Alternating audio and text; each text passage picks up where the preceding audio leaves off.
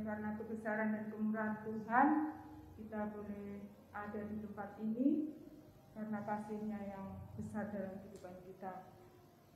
Baik yang ada di rumah, biarlah kita belajar memiliki hati untuk selalu rindu akan hadirat Tuhan ya.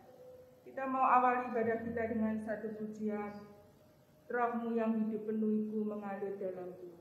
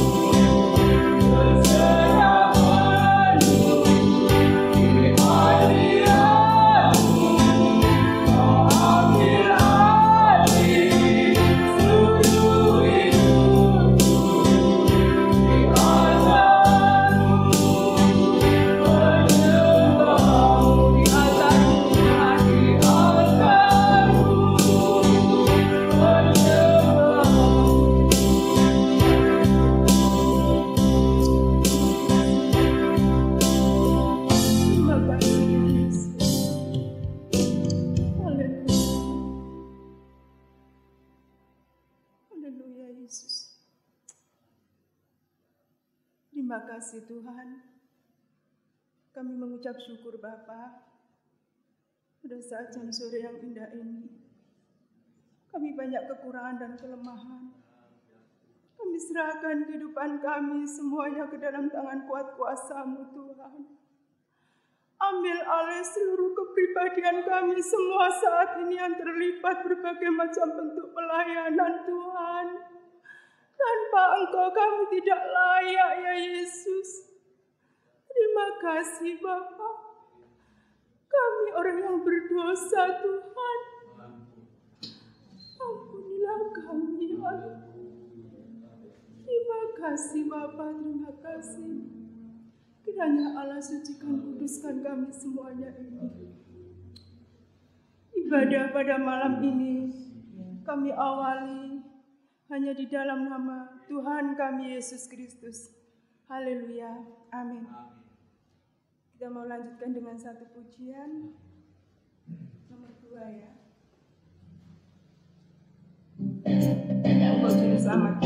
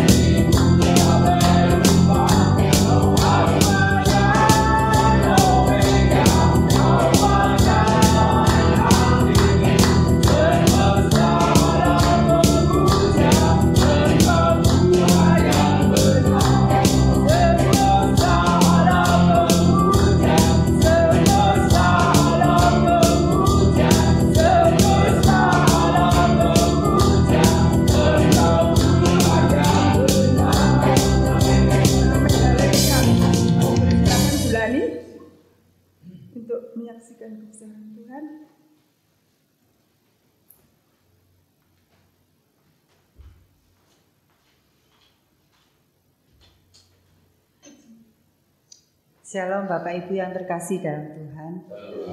Puji Tuhan ya, malam ini saya mendapatkan kesempatan untuk menyaksikan betapa besar kuasa Tuhan di dalam hidup saya ya Bapak Ibu.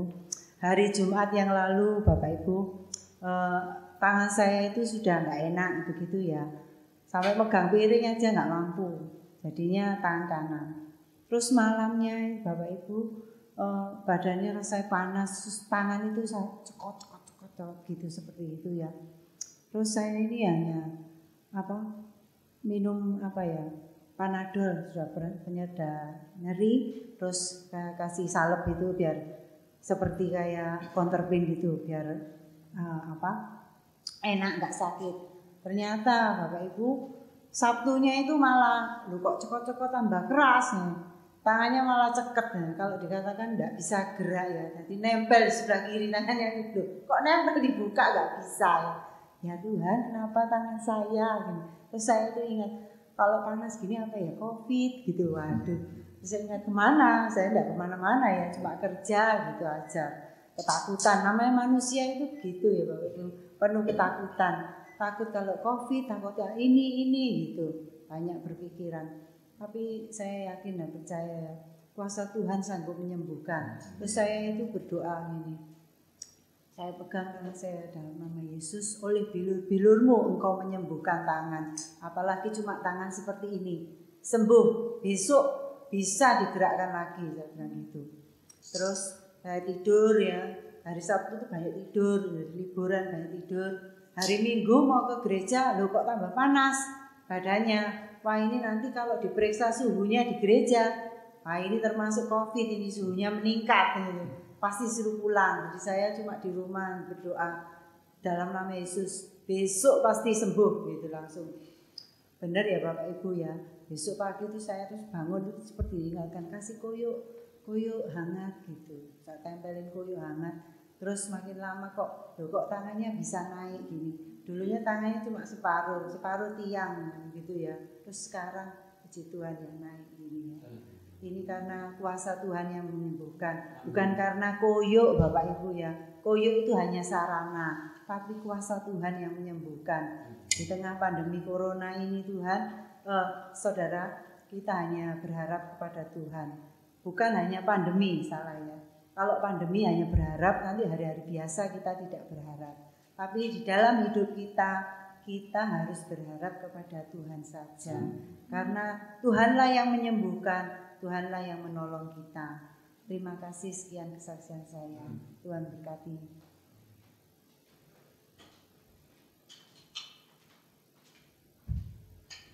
Tuhan, kesaksian yang sangat indah boleh menguatkan setiap iman kita di dalam kita mengiring Tuhan kita Yesus Kristus ya. Biarlah kita saat ini tetap memiliki hati yang rindu selalu akan lawatan Tuhan.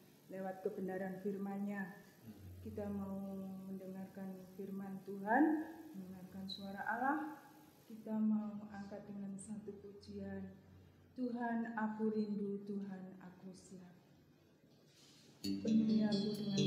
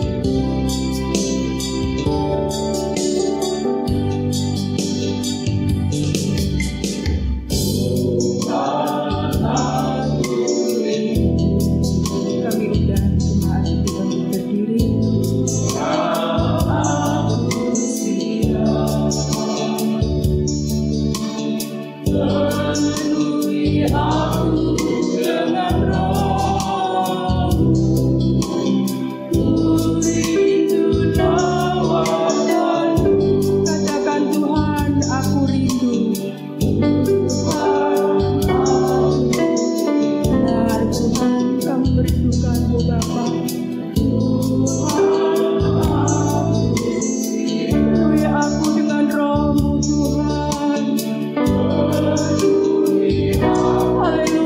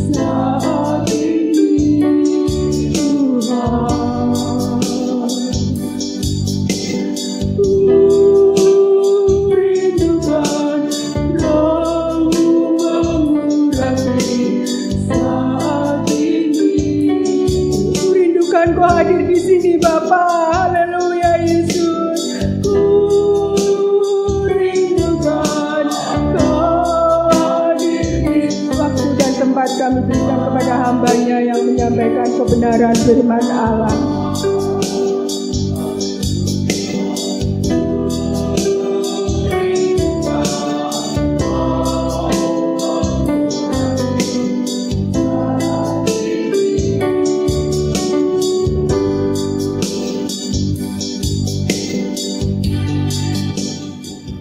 Mari kita bersatu hati di dalam doa. Tuhan, dengan iman kami percaya bahwa Engkau selalu hadir di dalam kehidupan kami. Engkau selalu hadir saat kami tersenyum. Engkau hadir di saat tetesan air mata kami mulai mengalir. Engkau hadir ketika kami lemah. Dan Engkau hadir ketika kami kuat. Kami percaya akan kehadiran-Mu sebab Engkau Allah yang Immanuel. Sebagaimana Engkau nyatakan kepada kami bahwa Engkau tidak akan pernah meninggalkan kami sampai akhir zaman. Itulah yang kami pegang, itulah yang kami yakini Tuhan. Oleh sebab itu kami pun percaya akan kehadiran-Mu di tempat ini mengurapi setiap kami, bahkan menyentuh setiap jiwa kami. Oleh sebab itu kami yang datang di tempat ini, kami tidak hanya mencari akan suara-Mu, tapi kami mau bahwa kami mencari akan pesan yang Tuhan ingin singkapkan kepada setiap kami. Berfirmanlah kepada setiap kami Tuhan, karena setiap kami mau mendengar apa yang ingin Kau sampaikan. Terima kasih, berkati hamba-Mu dan berkati setiap kami yang mendengar, kami yang hadir tempat ini ataupun kami yang ada di rumah. Tuhan, kami percaya Engkau hadir dalam setiap kehidupan kami. Demi Kristus Yesus kami sambut firman-Mu. Haleluya. Amin. Silahkan duduk. Shalom Bapak Ibu. Di nama Tuhan kita boleh hadir di tempat ini. Beberapa waktu yang lalu belum ada jemaatnya yang datang. Sekarang sudah ada. Sekarang sudah mulai aktif kembali. Ya, hari ini saya mulai menggumulkan akan kehadiran Tuhan di dalam kehidupan kita sekalian. Ketika mulai pelayanan, ketika hadir di dalam jemaat-jemaat yang bergumul di dalam kedukaan, saya mulai bertanya-tanya akan kehadiran Tuhan. Sesungguhnya bagaimana kehadiran Tuhan itu nyata dalam kehidupan kita setiap hari, setiap kali kita menghadapi yang namanya persoalan. Oleh sebab itu hari ini kita akan belajar dengan satu tema, manusia lemah di tangan Allah yang berkuasa. Manusia lemah di tangan Allah yang berkuasa. Tentu ini tidaklah mudah. Manusia yang begitu lemah, yang begitu banyak problemnya, tapi ada di tangan Allah yang berkuasa. Ini mau jadi seperti apa? Bapak Ibu sekalian, ada hal-hal yang agaknya ganjil untuk kita dengar. Selasa 12 Mei tahun 2020 yang lalu, seorang misionaris dari Amerika yang bernama Joycelyn, saudara mendengar, yang bernama Joycelyn ini meninggal dunia dalam jatuhnya pesawat milik Mission Aviation Fellowship atau MIF di Danau Sentani, Papua. Jadi ada satu misionaris dari Amerika, sering berkeliling dunia bahkan, tapi ketika dia pelayanan di Indonesia, di Papua, dia bawa barang-barang, alat-alat tulis. Dia bawa untuk membawa bantuan yang begitu banyak, tetapi pesawat itu kemudian jatuh di Danau Sentani dan ditemukan meninggal. Dia adalah seorang yang takut akan Tuhan, seorang anak muda yang takut akan Tuhan, seorang gadis cantik yang memberikan seluruh hidupnya untuk pelayanan Tuhan. Tetapi ketika dia pelayanan Tuhan, kemudian dia ditemukan meninggal. Dia seorang pilot yang hebat, tetapi kecelakaan. Dia takut akan Tuhan. Di sisi lain ada seorang yang bernama Nicholas Walter Stoff. Dia adalah seorang filsuf dan juga seorang teolog. Dia mengajar di Universitas Yale. Dia juga seorang yang takut akan Tuhan, tetapi dia mengalami cobaan yang begitu berat. Anaknya, putranya yang berumur 25 tahun harus tewas. Dia meninggal karena kecelakaan saat memanjat gunung. Dan Nicholas Walter Stoff, seorang yang begitu takut akan Tuhan, seorang filsuf yang pikirannya biasanya kalau filsuf itu yang tinggi-tinggi gitu, ngomong pun gak ngerti sampean. Tetapi ketika dia kehilangan putranya, kemudian dia hampir meninggalkan imannya. Maka fenomena ini kan menjadi aneh begitu. Menjadi aneh kenapa? Ini orang-orang yang takut akan Tuhan, tetapi kok mengalami yang namanya hal seperti ini. Dan kita berharap kalau kita takut akan Tuhan itu mengalami hal yang namanya yang baik. Tetapi yang terjadi, yang kita lihat, bahwa mereka yang takut akan Tuhan sekarang mengalami hal situasi yang hampir-hampir menjatuhkan imannya, hampir kehilangan imannya. Bahkan tidak kalah serunya, di dalam Alkitab dikatakan cerita yang begitu luar biasa tentang Ayub. Yang dikatakan Tuhan sendiri mengatakan dia adalah orang yang takut akan Tuhan. Dia adalah orang yang saleh dan mencintai kebenaran. Tapi bagaimana hidupnya? Bukankah dia adalah orang yang saleh, tapi kenapa orang yang saleh harus mengalami situasi yang seharusnya kalau orang saleh itu hidupnya nggak begitu. Yang kurang saleh lah yang harusnya mengalami yang demikian. Kan kita pengennya demikian. Bahkan para nabi seperti Nabi Yeremia itu berkata, aku mau berbicara dengan engkau tentang keadilan. Engkau ini adalah Tuhan. Dia mendesak Tuhan dan bahkan mengatakan, mengapakah mujur hidup orang-orang fasik, sentosa orang yang berlaku tidak setia. Seorang nabi berani mengatakan begini kepada Tuhan. Bahkan kata-kata Nabi Habakuk bahkan lebih tajam, dia bilang begini, berapa lama lagi Tuhan aku berteriak tetapi tidak kau dengar. Aku bersumpah kepadamu penindasan tetapi tidak kau tolong. Mengapa engkau memperlihatkan kepadaku kejahatan sehingga aku memandang kelaliman? Karena ini kenyataan yang ada di dalam realita kehidupan kita, bahkan yang ada di Alkitab, bahkan para nabi pun berteriak pada Tuhan. Kenapa? Kenapa ada kelaliman? Kenapa orang yang lalim hidupnya lebih enak daripada orang yang takut akan Tuhan? Bukankah orang yang takut akan Tuhan harusnya hidupnya lebih baik dari mereka? Orang yang setia kepada Tuhan hidupnya harus lebih enak daripada mereka.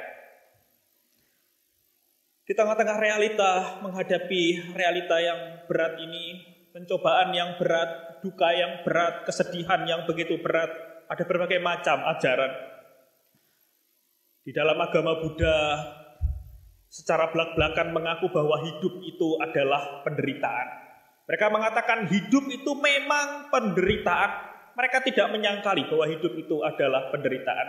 Dan dalam agama Buddha menawarkan cara menerima penderitaan itu. Dan belajar hidup tanpa keinginan. Dan rasa takut agar terlepas dari penderitaan. Dan menemukan ketentraman batin. Dalam ajaran agama Buddha diajarin supaya kita bisa menerima penderitaan menjadi bagian dari hidup kita. Sehingga kehidupan kita itu mengalami yang namanya kedamaian. Menerima. Saudara, begitu sukarnya. Kalau kita mau jujur, bahkan saya ketika harus pelayanan, saya sebenarnya nggak suka pelayanan dalam kedukaan. Karena saya sendiri ketika pelayanan dalam kedukaan itu benar-benar menguras emosi. Saya kadang nggak habis pikir, kenapa Tuhan? Orang-orang yang takut akan Tuhan, yang melayani Tuhan, terus kemudian Tuhan ambil melihat anak istrinya, siapa yang ya Tuhan pasti akan memelihara tentunya. Tetapi bagaimana ke depannya? Biasanya mereka berangkat pelayanan bersama-sama, bapak membonceng istri dan anaknya, sekarang tinggal istrinya dan anaknya. Saya tidak tahu apa yang menjadi pikirannya ketika mereka berangkat melayani Tuhan, ketika mereka berangkat di dalam ibadah, apa yang dipikirkan. Semuanya berubah, bumi serasa runtuh, dunianya serasa hancur. Itulah yang terjadi. Saudara, dalam agama saudara kita, agama Islam menganjurkan sikap menyerah terhadap apapun yang terjadi sebagai kehendak Tuhan. Mereka menganjurkan supaya kita itu berserah kepada Tuhan. Bahwa semua itu yang terjadi adalah kehendak Tuhan. Bahkan mereka jarang protes ketika anak-anak mereka meninggal. Ketika mereka berkata bahwa itu kehendak Tuhan. Bahkan salah satu bencana yang pernah terjadi di Bangladesh, bencana yang begitu besar, begitu mengerikan di abad yang ke-20 ini, tahun 1970 tepatnya. Dan bencana itu menewaskan, banjir yang begitu besar, menewaskan hampir bahkan lebih dari 500 juta orang terkena bencana banjir. Dan beberapa orang yang pergi ke sana mengatakan bahwa tidak banyak dari mereka yang protes. Dan mereka menerima itu sebagai kehendak Tuhan. Bahkan dalam agama Hindu dikatakan, bahkan mengajarkan bahwa penderitaan itu layak diterima. Kenapa? Karena kehidupan sebelumnya itu adalah menjadi orang yang jahat. Maka kalau di kehidupan sekarang itu menerima penderitaan, maka wajar. Karena di dalam agama Hindu ketika mereka dulunya hidup menjadi orang yang baik, sekarang akan menjadi yang lebih baik lagi. Misalnya dulu itu kelakuannya baik, mungkin ketika dia mati dan dilahirkan, dia bisa menjadi seorang yang lebih terkenal begitu, menjadi lebih baik kehidupannya. Tetapi apa yang ditawarkan kekristenan kalau begitu? Apa yang ditawarkan oleh Alkitab? Apa yang ditawarkan oleh Tuhan Yesus kepada kita? Saudara, Allah di dalam kekristenan bukanlah Allah yang menonton. Aneh sekali bahwa Allah yang di dalam kekristenan itu bukanlah Allah yang kemudian deloi anaknya yang menderita. Aneh sekali, apa yang menjadi aneh bahwa Allah itu yang di sono itu, Allah yang dikatakan jauh, yang kayaknya tidak peduli itu, kemudian dia itu menjadi manusia, dia menjadi sama dengan kita. Bahkan di dalam PA kemarin dibahas ketika dia itu di Taman Getsemani, karena dia takut kenapa? Takut terpisah dari bapaknya. Itu tuh begitu menderita, dia sedih, dia takut sekali. Saudara, ini anak Allah yang merasakan apa yang dirasakan oleh manusia. Dia adalah Yesus yang dicambuk dan merasakan sakit. Yesus itu ketika dicambuk bukan gak sakit, sama kayak kita. Ketika dia diludahi, dia juga merasa terhina. Sekalipun dia berkata, ampunilah mereka, dia adalah manusia. Dia juga adalah manusia, dia Allah.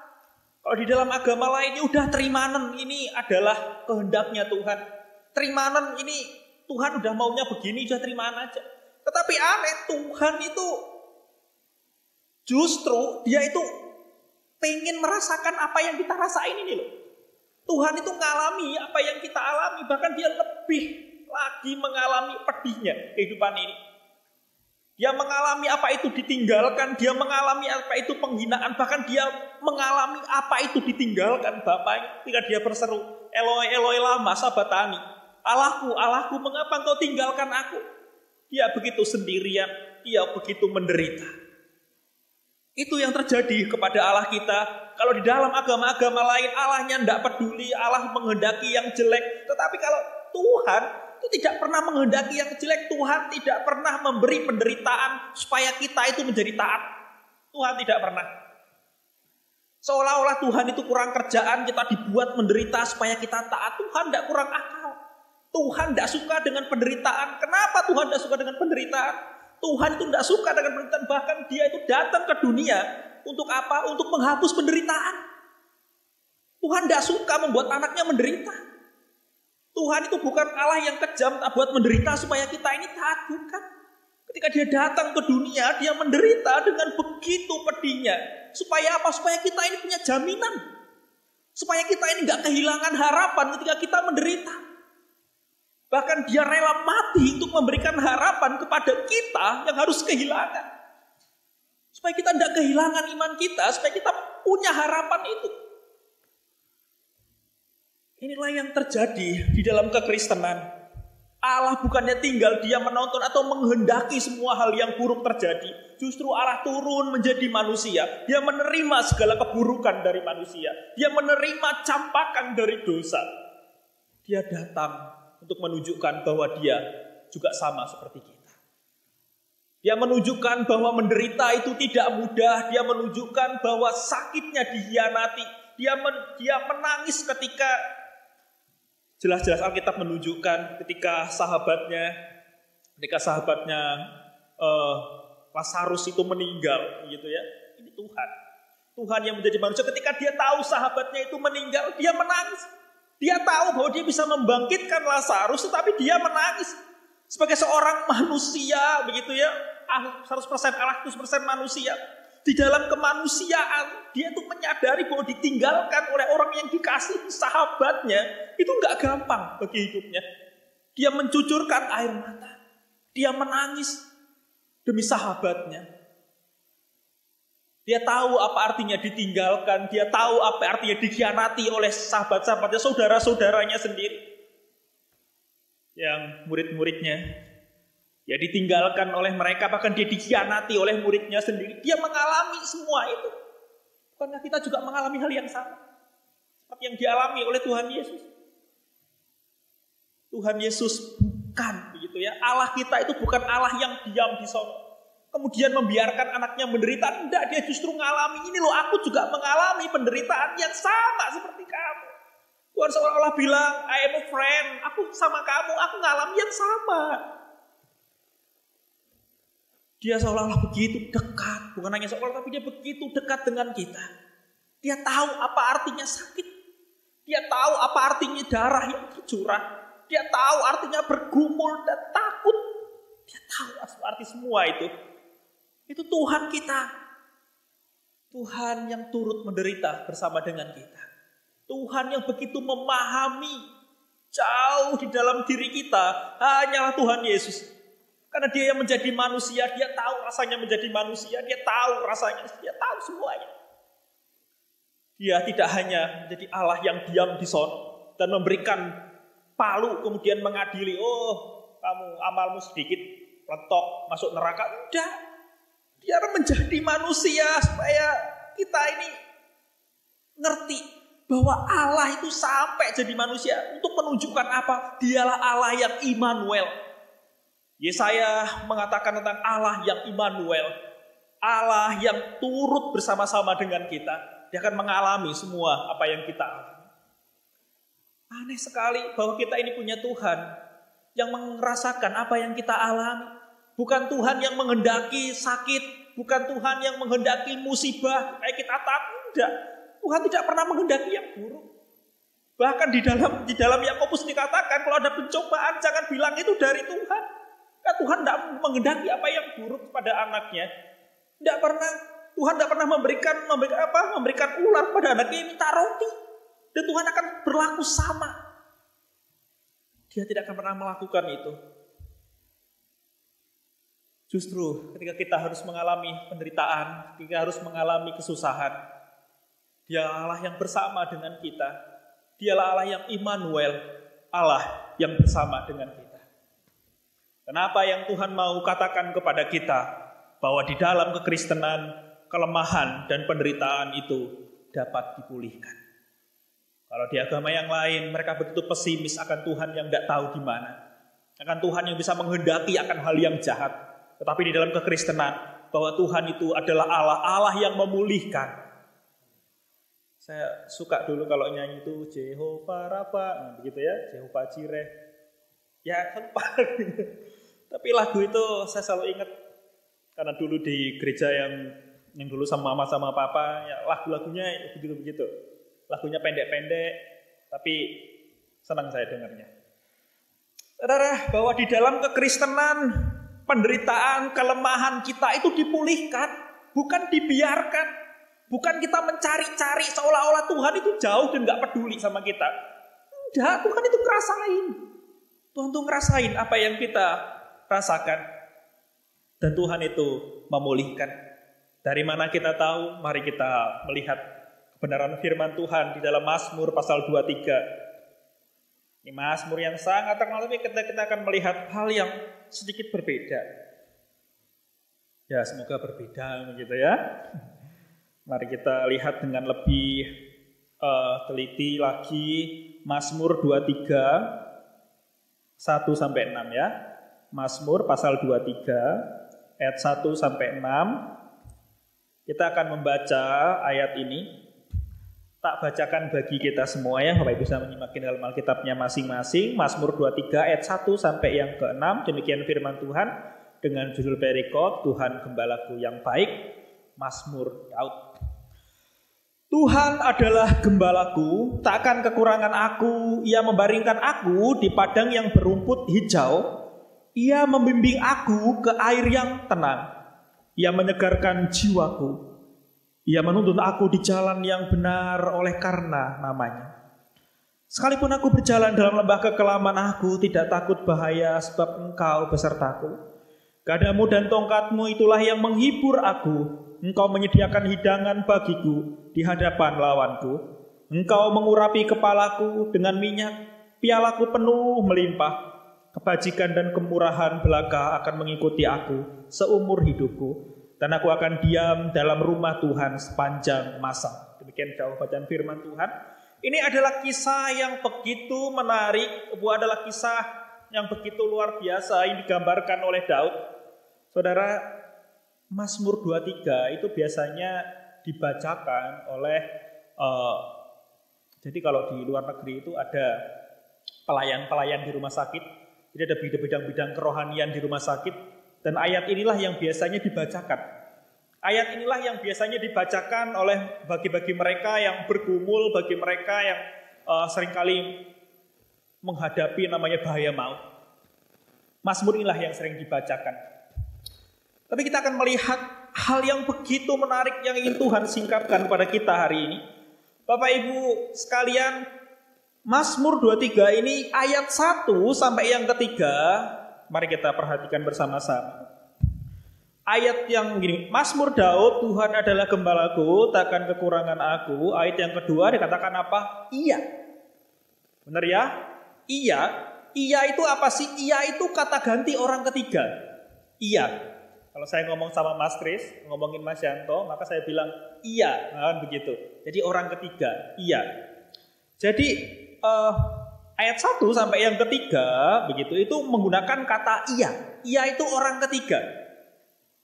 Jadi kalau orang kedua itu kamu atau engkau, itu orang kedua begitu ya. Jadi di sini mau ditunjukkan ada dua hal yang begitu berbeda, ayat 1 sampai yang ketiga begitu ya. Di dalam situasi yang begitu menyenangkan digambarkan Tuhan adalah gembalaku. Iya, orang ketiga begitu ya. Orang ketiga digambarkan karena menggunakan kata iya. Nah, sekarang ayat yang keempat. Inilah jaminan kita. Ayat yang keempat di sana dikatakan, sekalipun aku berjalan dalam lembah kekelaman, aku tidak takut bahaya sebab apa? Engkau. Ini orang kedua begitu, orang yang lebih dekat. Ada hubungan yang begitu dekat. Kalau orang yang ketiga tentu relasinya kalau saya ngobrol sama Mas Kris, orang ketiga tidak ikutan kan begitu. Kalau orang kedua berarti ini sedang ngomong langsung, sedang ngomong ke orangnya itu secara langsung. Tapi di sini pemazmur begitu ya, Daud ngomong sama Tuhan itu secara langsung.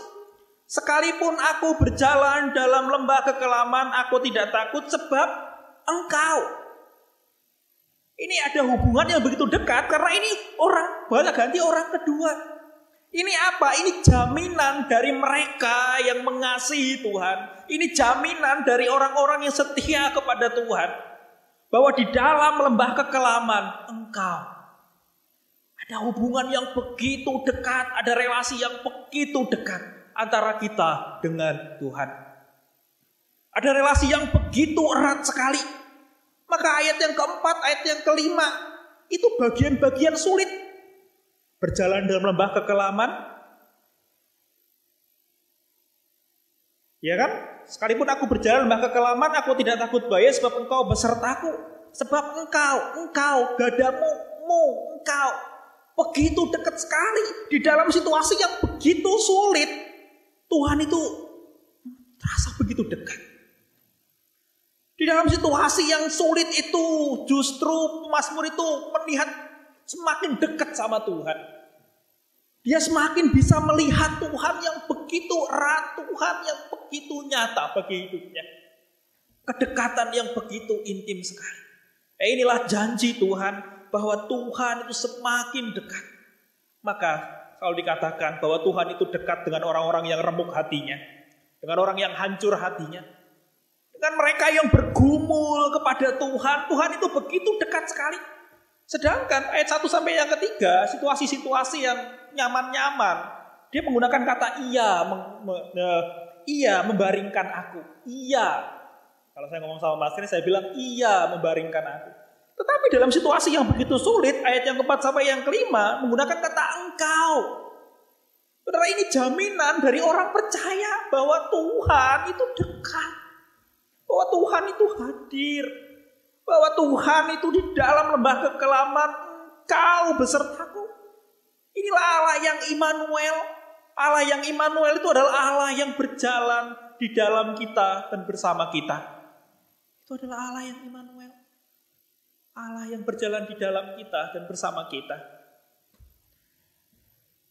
Entah kenapa berwaktu ini saya mulai bergumul. Apa arti Tuhan yang bersama dengan kita itu?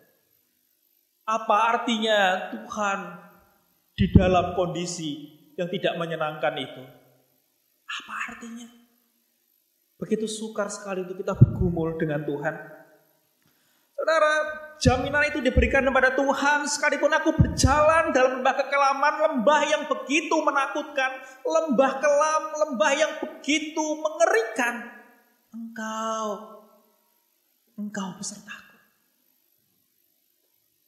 Maka ada ya biasanya dosen yang bilang gitu, lebih baik. Yang dosen juga mengutip dari salah satu orang, saya tidak tahu siapa begitu, cuman dia bilang, lebih baik saya pergi kalau sama Tuhan udah ke neraka aja ikuto, katanya begitu. Kalau sama tempat yang jelek pun ikuto. Kenapa? Karena kalau udah sama Tuhan, sekalipun lembah itu kelam, kita tahu kita punya pegangan. Kita tahu kita punya harapan. Karena kita tahu Dia bersama dengan kita. Ikut Tuhan, beserta dengan Tuhan, maka dikatakan gadamu dan tongkatmu itu yang menghibur aku. Waktu yang lalu diterangkan di PA gitu. Gadam yang biasanya buat gebuk kalau ada serigala datang. Jadi ini kasih perlindungan isi gada. Tongkatnya kan biasanya agak gini Wah Ibu ya, agak melengkung begitu ya.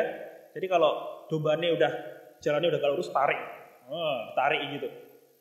Supaya tidak kemana-mana. Artinya apa? Perlindungan dan jalan itu Tuhan kasih. Bukan hanya kalau kemudian Dia melindungi kita dari bahaya dengan gada Tuhan begitu ya. Ini kan gambarannya. Dengan gada itu memberikan perlindungan. Dengan tongkat itu akan menolong kita untuk tetap setia sama Tuhan, untuk tetap ikut pada jalurnya Tuhan. Kalau dia belok ditarik, diingat sama Tuhan. Bahkan Tuhan mengatakan engkau menyediakan hidangan bagiku di depan lawanku. Saudara, menyediakan hidangan kok di depan lawan, ya, terlalu berat gitu kan. Mengerikan sekali. Tetapi kalau sama Tuhan, siapa yang takut? Sekalipun situasi itu tidak memungkinkan. Situasi itu begitu berat sekali. Maka di dalam Tuhan itu penderitaan dipulihkan Bapak Ibu. Karena ada Tuhan yang beserta. Inilah di dalam iman Kristen, di dalam penderitaan itu Tuhan itu memulihkan. Tuhan itu justru hadir mengalami apa yang kita alami ini dalam iman Kristen. Jelas berbeda dengan iman-iman yang lain. Bukan yang mengajarkan bahwa kita mungkin sudah pernah berdosa sebelum kita lahir sekarang. Saya juga tidak tahu sekarang dulu jadi apa saya juga, begitu kan? Saya tidak tahu. Tapi dalam iman Kristen tidak ada yang kayak gitu, bahwa Tuhan itu benar-benar serta dengan kita. Dia itu memulihkan penderitaan itu bukan dibiarkan, bukan Tuhan yang menjadikan, bukan. Justru Tuhan menjanjikan di tengah penderitaan aku hadir. Seolah-olah kalau ditanya siapa yang mau hadir, Tuhan langsung angkat tangan begitu. Aku duluan. Seolah ketika seorang ditanya siapa yang mau mengalami susah sama aku, ya mungkin orang akan langsung tangannya diturunin jauh-jauh begitu, pura-pura tidak lihat gitu. Seorang Tuhan itu langsung angkat tangan, aku yang selalu beserta, aku ikut. Ini Tuhan. Ini Tuhan dalam iman Kristen, bahwa kita itu punya Tuhan yang kayak gini. Tuhan yang begitu luar biasa. Tuhan yang mau hadir bersama dengan kita. Bapak Ibu, bahkan saya tidak tahu harus berkata apa. Ketika kita mengikut Tuhan, ada banyak hal yang Tuhan berikan. Bahkan di ayat yang ke-6, kebajikan dan kemurahan belaka akan mengikuti aku seumur hidupku, dan aku akan diam di dalam rumah Tuhan sepanjang masa. Saudara, ini arti mengikut Tuhan. Maka saya terus menggumulkan dalam Matius 28 ayat 20b. Mari kita lihat bersama-sama sejenak apa yang dikatakan di sana. Matius 28 ayat 20b. Semoga ayat ini ada gitu ya. Kok 28 jauh banget. 28 ayat yang ke-20b. Kita baca bersama-sama pada hitungan ketiga ya. Yang di rumah juga dapat membacanya dalam Alkitabnya. Kita baca bersama hitungan ketiga, Matius 28 ayat 20 bagian B. B itu setelah titik ya. Pada hitungan ketiga kita baca 2, 3. Dan ketahuilah aku menyertai kamu senantiasa sampai kepada akhir zaman. Inilah janji Tuhan. Saudara, di dalam Alkitab pertama kali di dalam Matius diceritakan tentang Tuhan Yesus yang lahir. Dan diakhiri dengan kata-kata apa? Bahwa dia mengakhiri, dia akan menyertai sampai akhir zaman. Dia tidak hanya lahir dan kemudian mati, tetapi dia menyertai sampai akhir zaman. Ini janji Tuhan. Di dalam Matius pasal yang pertama diceritakan silsilah bagaimana Yesus lahir. Dan di ayat yang ke-20b, dan ketahuilah aku menyertai kamu senantiasa sampai kepada akhir zaman. Diawali dengan kelahiran dan tidak ada batasnya Tuhan menyertai kita. Tidak ada batasnya Tuhan menyertai kita. Tuhan menyertai kita begitu luar biasa. Dia menyertai, ini janji Tuhan. Dan ketahuilah aku menyertai kamu senantiasa. Kan dia Allah yang Immanuel. Allah yang beserta kita, Allah di dalam kita dan bekerja di dalam kita. Maka ketika saya buka-buka Instagram, itu ada satu kata-kata yang saya suka sekali. Dia bilang begini. Oh, bukan Instagram, di WhatsApp salah satu status WhatsApp teman saya di kampus. Dia bilang begini. Ketika kita berdoa kepada Tuhan, Tuhan pulihkanlah keluargaku. Dia bilang begini. Ketika kita berdoa Tuhan pulihkan keluargaku, itu bukan berarti bahwa Tuhan itu kemudian mengubah hati seseorang kemudian punya perasaan yang berbeda. Tidak. Ketika kita berdoa Tuhan pulihkan keluargaku, itu artinya bahwa Tuhan bekerjalah di dalam aku dan bersamaku untuk mengubah keluargaku. Ternyata seperti itu. Bahkan dikatakan Tuhan itu kalau dia berdoa, Tuhan ubahlah keluargaku, maka Tuhan tidak akan pernah mengubah. Tidak akan. Arti Tuhan besertaku, menolongku, itu artinya Tuhan di dalam kita dan bekerja bersama dengan kita. Untuk mengubah hal-hal yang dapat kita ubah. Tuhan itu tidak seperti kemudian dengan gampangnya Pak Centeng berubah. Enggak. Ternyata Tuhan di dalam Alkitab itu adalah Tuhan bukan yang kemudian dikabulkan kemudian berubah, enggak. Tapi Tuhan yang mau juga bukan hanya menderita, tapi dia juga bekerja di dalam kita dan bersama dengan kita untuk mengubah kehidupan kita. Dia bekerja di dalam kita dan bersama kita. Itulah Allah yang Immanuel. Ketika kita berdoa kepada Tuhan, maka Tuhan bekerja di dalam kita dan bersama dengan kita. Saudara, tetapi ketika kehidupan itu tidak sesuai dengan harapan, boleh nggak kita mengeluh sama Tuhan? Bapak Ibu, boleh mengeluh sama Tuhan? Boleh Bapak Ibu. Kalau nggak mengeluh sama Tuhan, mengeluh sama siapa lagi gitu? Kalau saudara mengeluh sama suami, lama-lama pasti diomelin gitu. Begitu kan? Mengeluh sama istri juga lama-lama diomelin, ngeluh aja gitu kan? Beberapa waktu yang lalu, saya telepon sama mama, kemudian saya sharing pergumulan. Mama bilang begini, kamu ini ngeluh aja. Mama itu bilang begitu gitu ya. Makanya saya lebih suka ngomong sama Tuhan daripada sama mama. Kena omelan juga saya malahan. Bukan mama dengerin, lama-lama diomelin saya. Tapi di hadapan Tuhan kita boleh mengeluh. Bahkan di dalam pemazmur dikatakan, Tuhan kenapa mujur hidup orang yang tidak takut akan Tuhan. Sedangkan hidupku yang takut akan Tuhan tidak mujur. Bukankah itu keluhan-keluhan? Pemazmur pun mengeluh. Tidak ada yang salah dengan mengeluh pada Tuhan. Bahkan dalam pemazmur begitu banyak keluhan-keluhan yang kita baca tadi. Bahkan Nabi pun mengeluh kepada Tuhan. Tidak ada yang salah dengan mengeluh. Karena memang Dia Tuhan tempat kita untuk mengeluh. Tempat kita untuk menyadarkan diri. Tempat kita dan Dialah paling mengerti apa yang kita keluhkan. Dan bagaimana memahami keluhan kita. Bolehkah kita protes? Boleh, silahkan kalau Ibu protes. Tetapi orang percaya itu juga tidak terus-menerus salah mengerti Tuhan. Protes saya juga, begitu kan? Protes ya boleh, tapi kalau protes terus ternyata juga enggak, begitu kan? Kita juga enggak. Bapak Ibu, inilah artinya bahwa Tuhan itu adalah Tuhan yang mengasihi kita. Orang percaya tidak terus-menerus salah mengerti Tuhan dan protes sama Tuhan, tetapi juga melihat bahwa di tangan Allah yang berkuasa, kelemahan kita dapat dipulihkan. Di tangan Allah yang berkuasa, kelemahan kita dapat dipulihkan. Jadi kalau temanya adalah, temanya? Saya lihat atasnya dulu ya.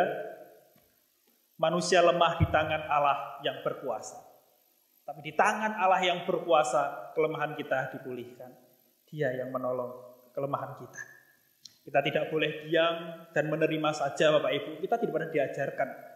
Diam, nerimo, dikit-dikit nerimo.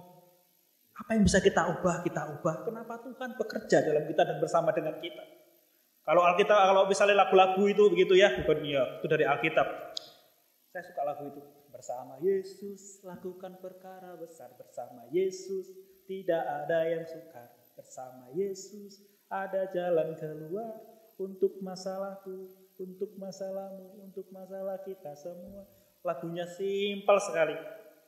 Pak Teddy itu sering di gereja itu putar keras-keras lagu-lagu kayak gini. Kadang saya kemudian ngelus dada sendiri, Tuhan ampuni aku. Kok aku susah percaya ya sama Tuhan. Kadang saya ngelus dada sendiri ya Bapak Ibu. Lagu ini cuman bersama Yesus lakukan perkara besar. Saya ngelus dada sendiri. Tuhan ajari aku melakukan perkara besar bersama dengan Kau. Saya berdoa sama Tuhan Bapak Ibu.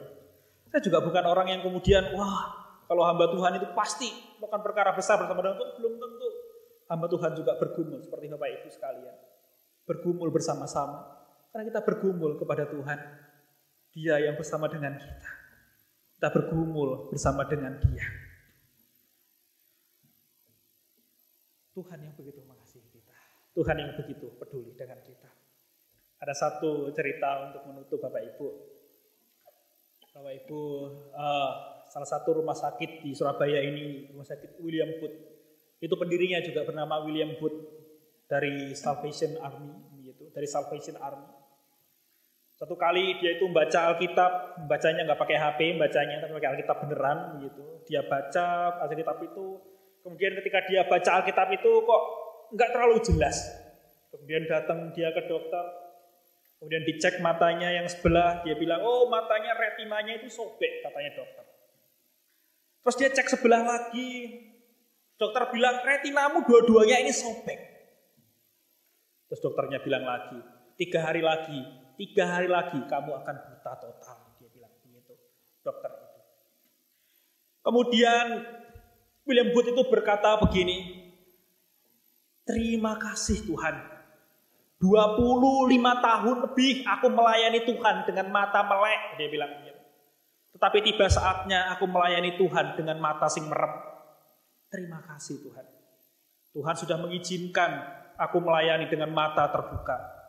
Selama 25 tahun tiba saatnya aku melayani Tuhan dengan mata tertutup. Saudara, orang yang percaya tidak terus-menerus salah mengerti akan kebaikan Tuhan.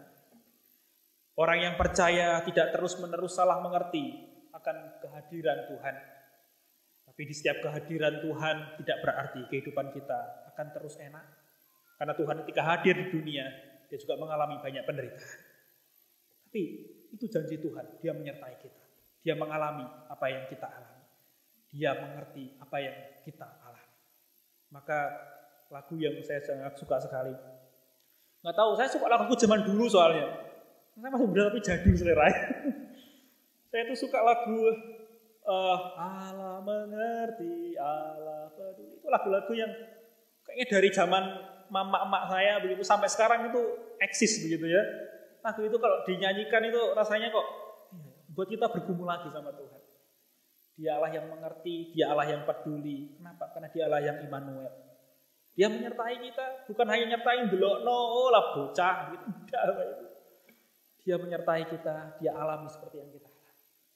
Dia menyertai Bapak Ibu, Dia juga menyertai kehidupan saya. Saya juga butuh sekali penyertaan Tuhan. Dan Dia berjanji menyertai kita. Amin Bapak Ibu, mari kita berdoa. Tuhan, Engkau adalah gembalaku, gembala kami yang baik. Engkau yang membaringkan kami di tempat yang berumput hijau. Di tempat-tempat yang nyaman Engkau membaringkan kami. Tetapi di tempat yang begitu kelam, di tempat yang kami tidak suka, di tempat yang rasanya gelap dan tidak ada harapan. Tetapi Engkau beserta kami Tuhan. Engkau menyertai.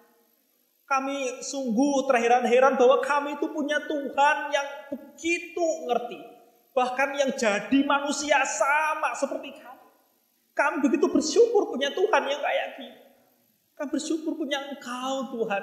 Kami bersyukur punya Engkau. Allah yang begitu ngerti, Allah yang gak tinggal diam, bahkan Allah yang tidak pernah menghendaki yang buruk kepada kami. Allah yang tidak pernah menghendaki yang buruk kepada kami. Kau selalu mengajari kami yang baik. Kau selalu memberi kepada kami yang baik. Ada kalanya kami memang harus mengalami begitu banyak rintangan. Tetapi Engkau Tuhan yang menyertai, dan Engkau Tuhan yang memupuk, memulihkan akan luka kami. Terima kasih Tuhan karena kami memiliki Engkau. Terima kasih Tuhan karena Engkau beserta kami. Lihatlah ibu yang hadir di tempat ini, Bapak yang hadir di tempat ini, setiap kami yang hadir di tempat ini. Ajari kami Tuhan untuk terus percaya akan Allah yang Immanuel. Ajari kami Tuhan gandol sama Tuhan. Pegang erat dan tidak pernah melepaskan Tuhan. Ajari kami Tuhan. Ajari kami Tuhan. Kami punya Engkau Tuhan. Kami punya Engkau Tuhan. Justru di dalam kesulitan kami, ajari kami semakin dekat kepada Engkau Tuhan. Ajari kami semakin erat pada Engkau Tuhan. Ajari kami Tuhan. Dan ajari kami, ketika kami tertawa, kami juga tidak melupakan Engkau Tuhan.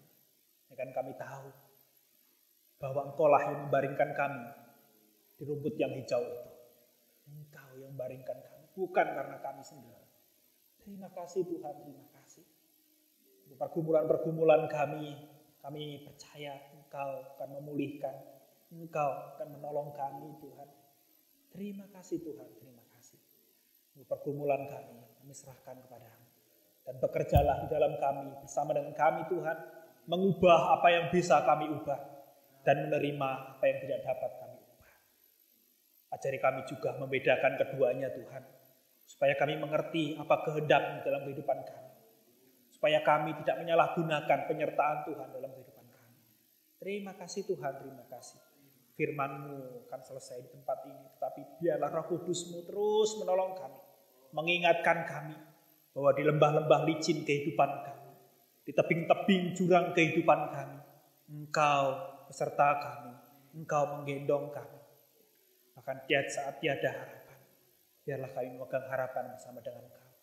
Terima kasih Tuhan, terima kasih. Berkati untuk jemaat-Mu di TPI Tengger ini Tuhan. Dalam pergumulan, di dalam masalah yang ada, akan jemaat-Mu Tuhan yang mengalami sakit, maupun pergumulan. Kami tahu hari ini bahwa Engkau Tuhan yang memulihkan keadaan kami. Terima kasih Tuhan, terima kasih. Demi Kristus Yesus, Allah yang menjadi manusia, yang turut menderita bersama dengan kami. Allah yang mengerti pergumulan kami. Kami naikkan doa kami. Amin. Ya, selanjutnya saya berikan kepada Mas Kris.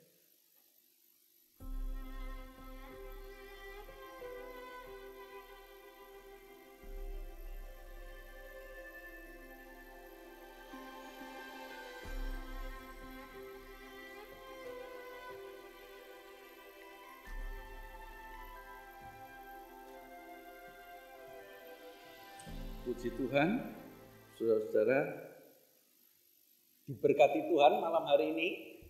Puji Tuhan, saya percaya kalau firman Tuhan ini melesat dan membentuk hidup kita, saya percaya ibu-ibu akan semakin setia kepada Tuhan. Demikian pun juga bapak-bapak. Ya. Tuhan memberkati untuk saudara Petrus Purnama yang telah menyampaikan firman Tuhan pada malam hari ini. Ya, Tuhan pakai, Tuhan berkati dalam pelayanannya di gereja kita. Saudara-saudara, kita akan berikan persembahan kita akan bawa masing-masing ke depan, kita akan nyanyikan Kau Allahku yang adil.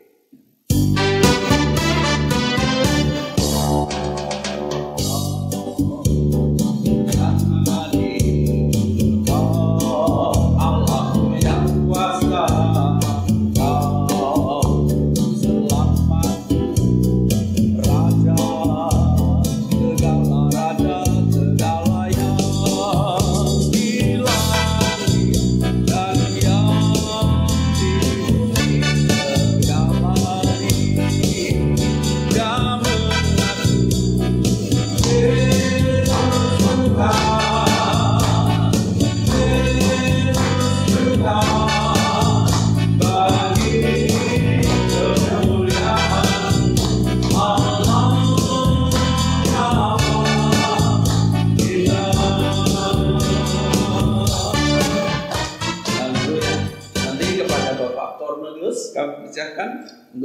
doa persembahan kita. Bapa kami yang di surga, yang kami sembah dalam nama Yesus, kami ucap syukur pada malam hari ini kami sudah mendengarkan sabda firman-Mu, berkat-berkat, dan juga Tuhan kami sudah untuk persembahan ini Tuhan, kami jamaah persembahan ini untuk pelebaran kerajaan, memberkati persembahan ini yang sudah terkumpul kami serahkan dalam tangan. Terima kasih Tuhan, hanya dalam nama Yesus Kristus kami ucap syukur. Haleluya. Amin. Bapak Ibu, saya akan bacakan pengumuman kita hari ini untuk Jumat depan. Untuk Jumat depan, firman Tuhan akan dilayani oleh Ibu Pendeta Muda Juni Kristiani, pemimpin pujian Ibu Lani Hartoyo, dan keyboard dilayani oleh Saudara Yanto, dan pengumuman Ibu Nini Handayani. Untuk hari Kamis yang dahulu bernama penyegaran rohani dan sekarang menjadi tunai talk and worship, firman Tuhan akan dilayani oleh Bapak Pendeta Yuswan Tori Iwan. Dan untuk kebaktian hari Minggu sore di Dharma Harapan akan dilayani oleh Ibu Pendeta Muda Rian Waruwo. Dan saudara-saudara, gereja kita akan mengadakan baptisan pada bulan Desember. Silahkan untuk Bapak Ibu yang punya anak-anak atau mungkin Bapak Ibu yang belum dibaptis untuk dapat menghubungi gereja agar dapat mengikuti kelas katekisasi, dan kita tetap berdoa supaya gereja kita mengalami perkembangan menurut kuasa dan kehendak Tuhan. Dan juga untuk Bapak Ibu yang mungkin karena rindu untuk berkebaktian di tempat ini, minta pelayanan jemputan, silahkan berkoordinasi dengan Ibu Lani, ketua kita di tempat ini.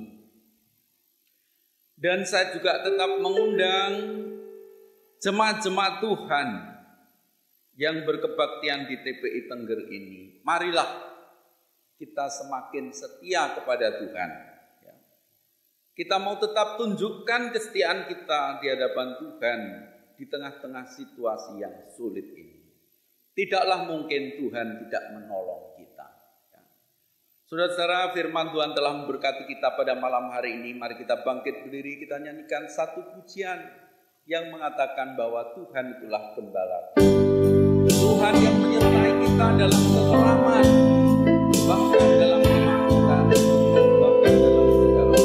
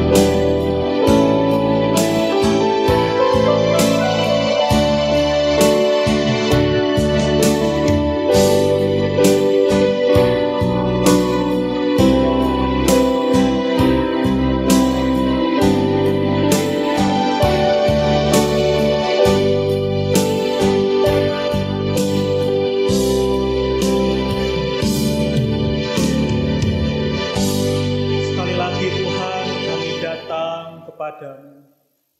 Kami menaikkan pujian ini sebagai pengakuan kami di hadapan-Mu. Kami nyanyikan pujian ini sebagai keyakinan iman kami di hadapan-Mu. Bahwa di dalam lembah kekelaman Engkau hadir. Di dalam sukacita Engkau hadir. Tuhan, itulah sejatinya Tuhan kami. Itulah Tuhan Yesus Kristus yang bersama-sama dengan kami. Tuhan, kami tidak dapat berkata-kata lagi ketika melihat kebaikan. Kami mau merespon dengan setia kepada Engkau, Tuhan. Kami mau setia kepada Engkau, Tuhan. Tuhan, dan di akhir ibadah kami, sekali lagi hamba-Mu berdoa buat jemaat-jemaat-Mu, Tuhan, yang sekarang berada di dalam lembah kekelaman, yang sekarang melalui pergumulan-pergumulan. Tuhan, kami percaya pertolongan-Mu, kami percaya belas kasih. Berkati untuk jemaat-jemaat-Mu yang hari ini pergumulan, yang sedang sakit. Tuhan, tolong. Tuhan berikan pemulihan. Tuhan tolong.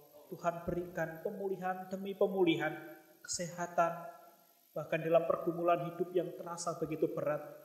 Tuhan, biarlah kasih-Mu, biarlah pertolongan juga nyata. Terima kasih Tuhan, terima kasih.